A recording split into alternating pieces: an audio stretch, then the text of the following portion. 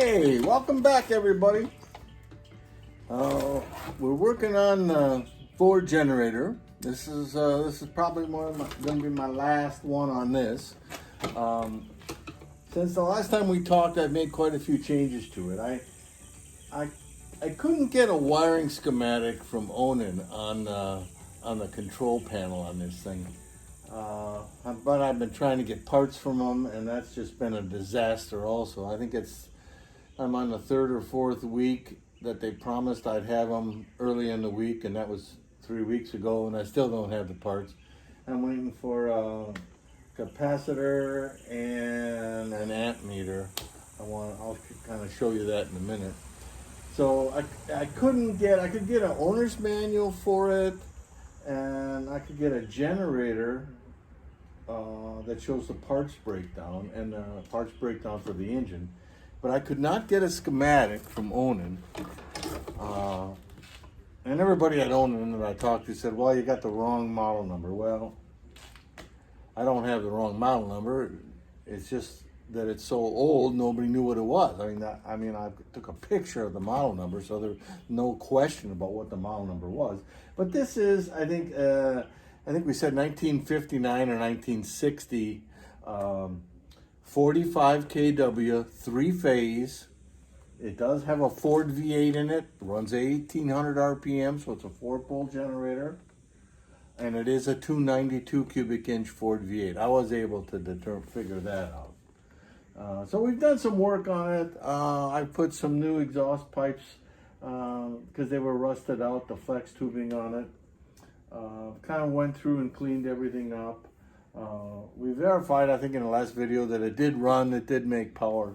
But since I couldn't get a schematic of the control box, and the control box was so full of stuff, wires were cut, wires were terminated, things weren't connected, and when you started the thing, you couldn't shut it off. The regulator charging system would backfeed the ignition the way they had it hooked up, so it kept on running. You couldn't shut it off. The only way you could shut it off is to shut the gas off. So what I did is I went through the control cabinet. I tore everything out. I took everything out of there, and to give you an idea, that's all the stuff I took out. I mean, just a ton of relays. 1, 2, 3, 4, 5, about 6 relays, 3 or 4 resistors, some switches, just a bunch of stuff. And what I did is I totally rewired the engine, so I knew the engine was right. So I've got the starter wires wired right, and I've got an oil safety system that I put in that I'll show you. So I'm going to show you the control panel and show you some of the changes. But what I did is I did add a low oil pressure switch, and I hooked it up in parallel with the temperature overheat switch. So, and I added another relay that I'll show you. And so when this relay senses when the oil pressure switch closes because of low oil pressure, or the temperature switch closes because of high temperature, it allows a path for ground to one of my relays and automatically opens the circuit to the ignition, shutting it off so the engine won't run. So that safety is controlled by a toggle switch over here. Once you get the engine started and you have oil pressure, you can flip that switch, turn it on, and at that point in time, anytime after that while it's running, if it overheats or loses oil pressure, the engine goes down, shuts down. So I have added a new Hertz meter.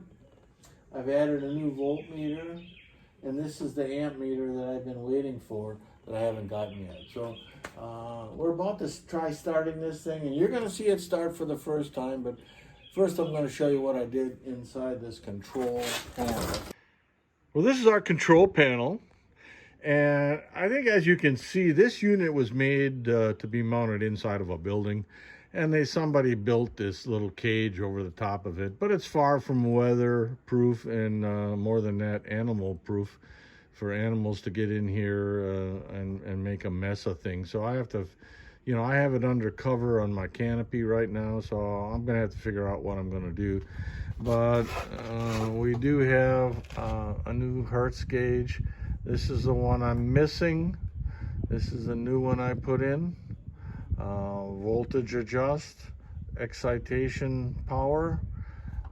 This switch channels through the 3 phases and changes the amp meter and voltmeter to reflect the different phase you're on, okay?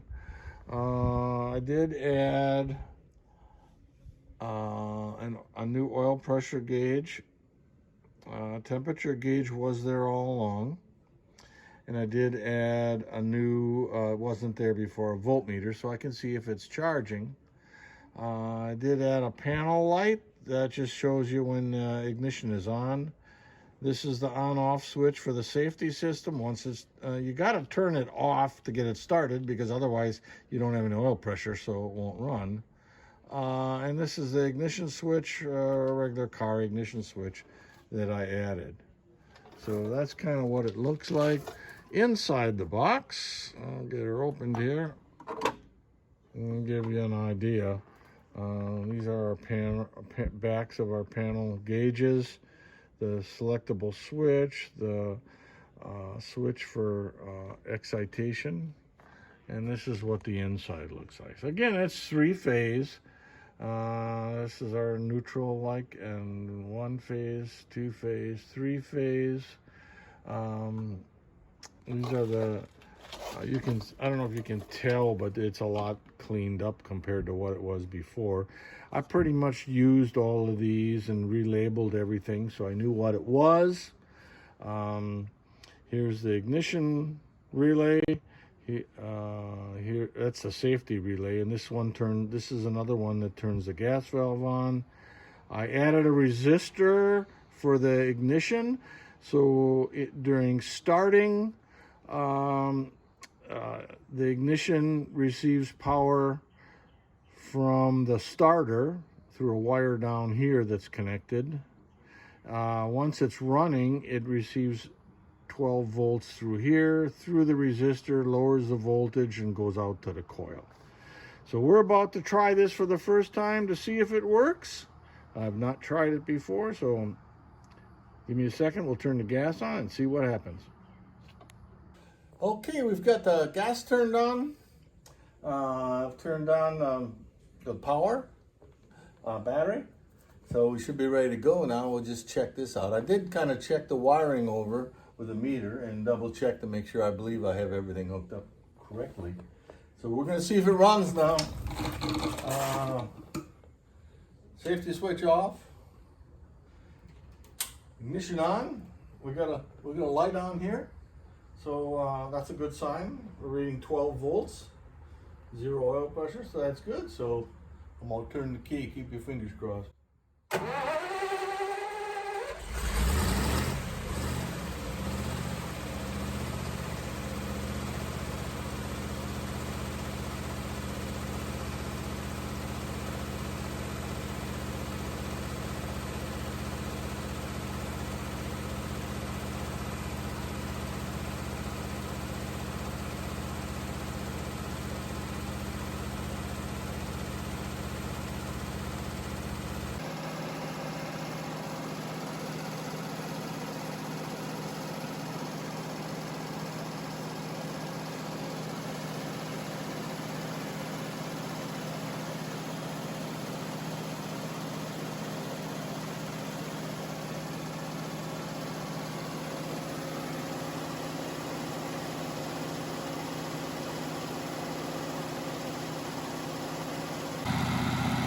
Well, it's been running for about 15-20 minutes now, and boy, it sure sounds good. I'll give you one quick look at the instruments. Everything seems to be just fine. I need to add a control or a switch box on the outside so I can hook up power to it, so I'm going to probably do that. And let's take a quick look before we shut her down. Boy, you can't, that sound this thing makes is just really cool for a V8.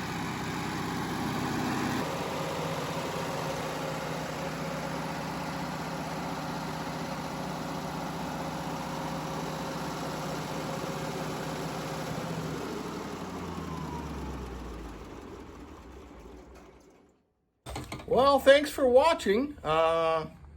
Everything looks good, works good, holding good oil pressure, making power. So I think this job is done. Like I said, I'm going to add a panel to the outside so you can hook up whatever you want. I mean, I don't have anything that's three-phase, so I have no idea what I'm going to do with this thing. I can still get 208 120 off of it, so I can still do stuff for the house. But the house has its own generator. I have a standby generator for the house too.